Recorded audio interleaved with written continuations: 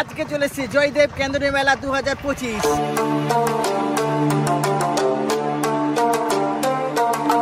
এই সেই ব্রিজ যেটা দুর্গাপুর আর বীরভূমের মধ্যে সংযোগ স্থাপন করেছে।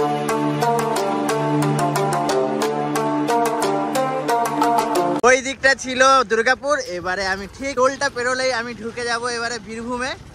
আর এই যে আমি বীরভূম ডিস্ট্রিক্টে ঢুকে গেলাম। এই সেই অজয় নদ যেখানে আজও মকরের দিন মা গঙ্গা স্বয়ং আসে।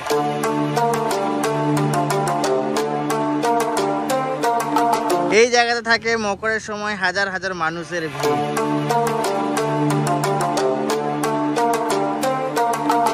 সেই তখন থেকে আমাদের জয় গঙ্গা আসে পৌষ সংক্রান্তি দিয়ে, তখন থেকে আমাদের পৌষ সংক্রান্তি মেলা, অজয় মেলা, জয়দেব মেলা। আমি চলে এসেছি সেই ঐতিহ্যবাহী জয়দেব মেলার প্রস্তুতি দেখাবার জন্য। তো তোমরা সবাই সাথে আমার থাকো আর দেখবো আজকে পুরো মেকিং কেমন ভাবে হচ্ছে, কতটা এগাচ্ছে, হতে চলেছে খুবই ইন্টারেস্টিং ভিডিও। তো তোমরা সবাই সাথে থাকো। আর হ্যাঁ, আগেই বলে রাখি, যদি ভিডিও ভালো লেগে থাকে অবশ্যই লাইক দিয়ে একটা কমেন্ট করে দাও। আর আগামী দিনে আরো ভিডিও পাওয়ার জন্য চ্যানেলটাকে অবশ্যই সাবস্ক্রাইব করতে ভুলবেন না। তো চলো আজকে ভিডিওটি শুরু করা যাক।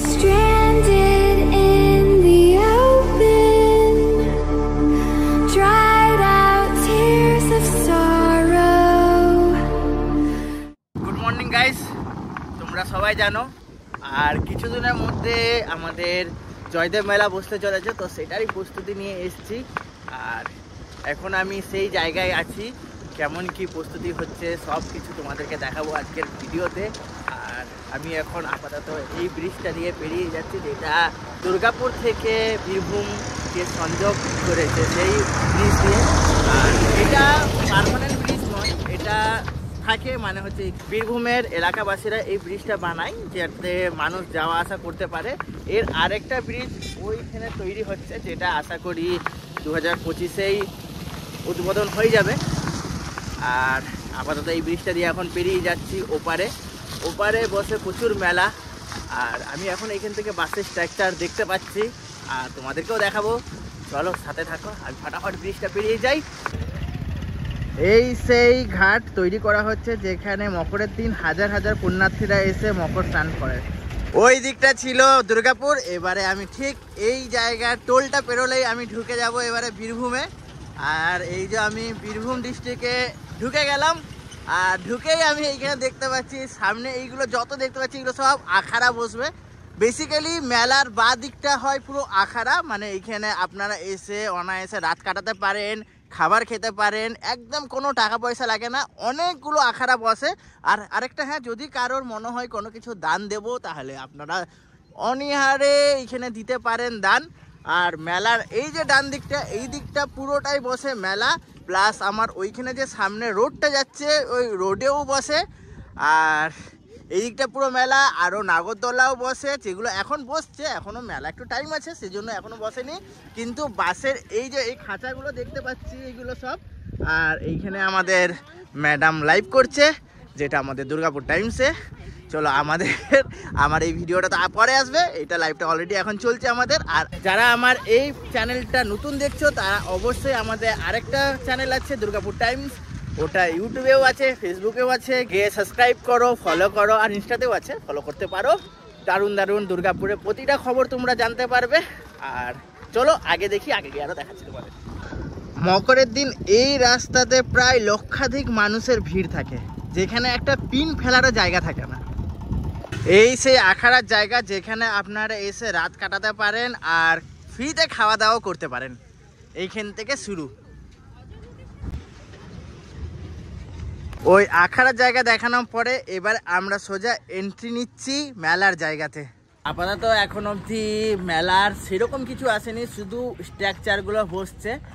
আর যেটা বসছে আমি তোমাদের দেখাচ্ছি, দেখো। আর এইখানে আমি দেখতে পাচ্ছি ওই দাগ করে রেখেছে, মানে এইটা আমার জায়গা, ওটা আমার জায়গা। রাইডস তো তোমাদেরকে বললাম যেরকম রাইডস বসেনি, রাইডস আসবে, এখনও বাকি আছে যেহেতু কিছুদিন। আজকে তো সবে হচ্ছে যেমন 8 তারিখ, 13 তারিখে মেলা। আর এইখানে আমি দেখেছি রাতারাতিও কাজ হয়ে যায়, মানে আগের দিন আমি এসে দেখেছি কিছু ছিল না, কিন্তু তার পরের দিন এসে দেখছি পুরো একটা আখাড়া বলো, দোকান বলো, রাইডস বলো, পুরো বসে যায়। তো এখন অবধি বসেনি, জায়গাটা প্রায় ফাঁকা আছে। আর কিন্তু ওইখানে আমি দেখছি কান্দি কান্দি কলা চলে এসেছে। চলো আমি কান্দি কান্দি কলার জায়গাটা একবার তোমাদের দেখিয়ে দিই। এখানে রাখা হয়েছে কান্দি কান্দি কলা, এই যে এখানে দেখতে পাচ্ছি এই কলাগুলো প্রায় পেকেই গেছে। আর বেশ ভালো, জয়দেব মেলার কিন্তু একটা আলাদাই আকর্ষণ হচ্ছে এই কান্দি কান্দি কলা। আমরা হ্যাঁ আমরা চিন্নার থেকে চন্দননগর। কবে এলেন? আমরা কালকে এসেছি। কাল থেকে চলে আসছেন? কলাগুলো এতদিন থাকবে মকর পর্যন্ত? হ্যাঁ এই তো কলা সব লাভ দিয়ে আছে। পেকে যাবে না? থাকবে না, আবার কাঁচা আছে তো। কাঁচা থেকে তুলে নিয়েছে। আগে আমরা দেখতাম যে মাটি মানে বর্তমান কলাই বেশি থাকে না আপনাদের? বর্তমান না, এটা চাপা কলা। চাপা কলা, হ্যাঁ, মানে ওই সিঙ্গাপুরি কলাটা মনে হয় থাকে না। সিঙ্গাপুরে এখানে চলে না। আগে দেখতাম যে এইখানে এই কলাগুলো রেখে মাটি দিয়ে পুরো লেপে দেওয়া হতো। এখন কি সেটা দাদুর আমলে ছিল। হ্যাঁ সত্যি, আমিও আগে দেখেছি যে এগুলো তো পুরো লেপে দিত পুরো। সেটা দাদুর আমলে ছিল, এখন সেসব আর অত কষ্ট কে করবে? এখন আগে কেন মাটির প্রলেপ দিয়ে রাখা হতো, মাটির যাতে প্রলেপ দিলে কলা- কি এখন কোনো কি কিছু হয়? ডিফারেন্স হয়? এখন কার্বাইড দেয়া হয়। কার্বাইড দেওয়া হচ্ছে পেকে যাওয়ার জন্য। আচ্ছা এখন পেকে কার্বাইডের জন্য, ঠিক এই তো কার্বাইড দেয়া আছে এখানে। ওইটাতে কার্বাইড দেওয়া আছে। আচ্ছা এখন তো প্লাস্টিকও আছে, প্লাস্টিক এগুলো দিয়ে। এই যে এগুলোতে যাতে তাড়াতাড়ি মানে পেকে না যায় ওই জন্য এরকম করে রেখে দিয়েছে। কাঁচা কাঁচা কলাগুলো না সব মেলার মধ্যে পেকে যাবে, সংক্রান্তির দিনের মধ্যে পেকে যাবে। সংক্রান্তি দিনের মধ্যে পেকে যাবে এগুলো। দেখিয়ে দিলাম তোমাদের এই কলার জায়গাটা। এবারে আমরা সোজা যাব জয়দেব মন্দিরটা, যেটা এখানকার ঐতিহ্যবাহী মন্দির বলা হয়। চলো সোজা গিয়ে তোমাদের মন্দিরের ভিউটা দেখাই। ভিডিওর মাঝেই বলে রাখি, যদি কেউ বীরভূম থেকে দেখছো ভিডিওটা তাহলে অবশ্যই কমেন্ট করো, আর ভালো লাগলে লাইক তো করতেই হবে। আমি এখন যেটা দিয়ে পেরিয়ে যাচ্ছি, মকরের সময় এই জায়গাটা পুরো দোকানপাটে ভরা থাকে। কোথাও আচারের দোকান থাকে, কোথাও কি বলবো খাজা গজার দোকান থাকে, আর ওই যে হয় না বটি ছুরি এইসবের দোকান, পুরো এই পাশগুলোতে ফলের দোকানও থাকে। আর হ্যাঁ, জয়দেব মেলা হচ্ছে একটা এরকম মেলা যেখানে সব কিছু পাওয়া যায়, মাছ মাংস, তারপরে তোমার ছুরি থেকে শুরু করে সব কিছু A to Z পাওয়া যায়। আর তোমাদেরকে তো আমি কলার জায়গাটা তো দেখালাম, কলাও পাওয়া যায়। তাহলে বুঝতেই পারছো যে তোমরা কী কী পাওয়া যায়। আর ঠিক আমার এই সামনেই এবারে আমাদের জয়দেবের যে বিখ্যাত মন্দির সেটা আছে। চলো তোমাদের মন্দিরটা একটু দর্শন করাই। চলে এসেছি জয়দেবের রাধা বিনোদ মন্দির, এই যে আমার সামনেই। এবারে আস্তে আস্তে ভিতরের সামনের দিকে যাই আর তোমাদের ঠাকুরকে একটু দর্শন করাই। পুরীর জয়দেব আর পাশে তার স্ত্রী পদ্মাবতী, দুটো মূর্তি করা আছে।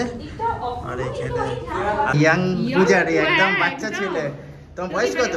উত্তরাধিকার সূত্রে পেয়ে এসেছেন নাকি আগে বাবার আমার দাদুরা করে আছে সেদিকেই আমি। সেইখান থেকে বেশ বাচ্চা পণ্ডিত এখানে, ভালো। তো প্রতিদিন পূজার টাইমটা কি কি রয়েছে? সকাল 7টা থেকে একবার হয়, হ্যাঁ। আর 12টার সময় একবার ভোগ হয় অনেক। আচ্ছা। আর সন্ধ্যে 6টার সময় আরতি হয়। 6টার সময় আরতি হয়, বা খুব সুন্দর। আর এই সারাদিন ভক্তবৃন্দ আসছে, সব শোয়ানো হয়।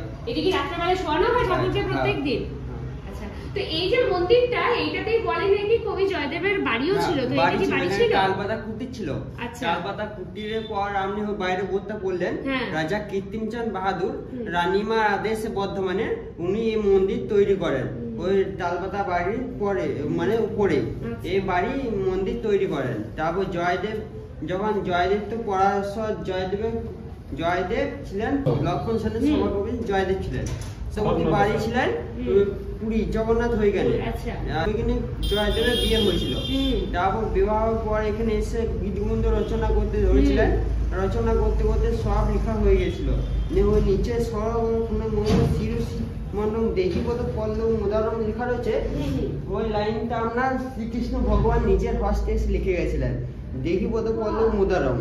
ওইটা জয়দেব যখন লিখতে লিখতে ছেড়ে দিলেন যে আমি কি করে লিখবো কি করব, তখন আমরা স্বয়ং কৃষ্ণ জয়দেব বেশ ধরে এলেন। জয়দেব স্নান করতে গেলেন কাটোয়াতে। সেদিন কাটোয়া জয়দেবকে আর যেতে হলো না। সেদিন জয়দেব স্নান করতে গেলেন, আর জয়দেবের রূপ ধরে শ্রীকৃষ্ণ নিজে এলেন। উনি পদ্মাবতীকে বলছেন, আমার যে আজকে শরীরটা সেরকম কেমন লাগছে, ভালো লাগছে না, তুমি ঘরেই আমাকে জল এনে দাও, আমি এখানে স্নান করব। স্নান করে লেখাটা গীত গোবিন্দ সম্পূর্ণ করলেন। নিয়ে পরে জয়দেব বেশ দূরে খাবার দাবার খেয়ে শয়নে গেলেন। তখন যে জয়দেব সে আসল সে আসছে, পদ্মাবতী আজকে আমার কাটোয়ায় স্নান করতে যেতে হয়নি, আজকে অজয় গঙ্গা এসছে আমার, মানে আমাদের অজয় নদী।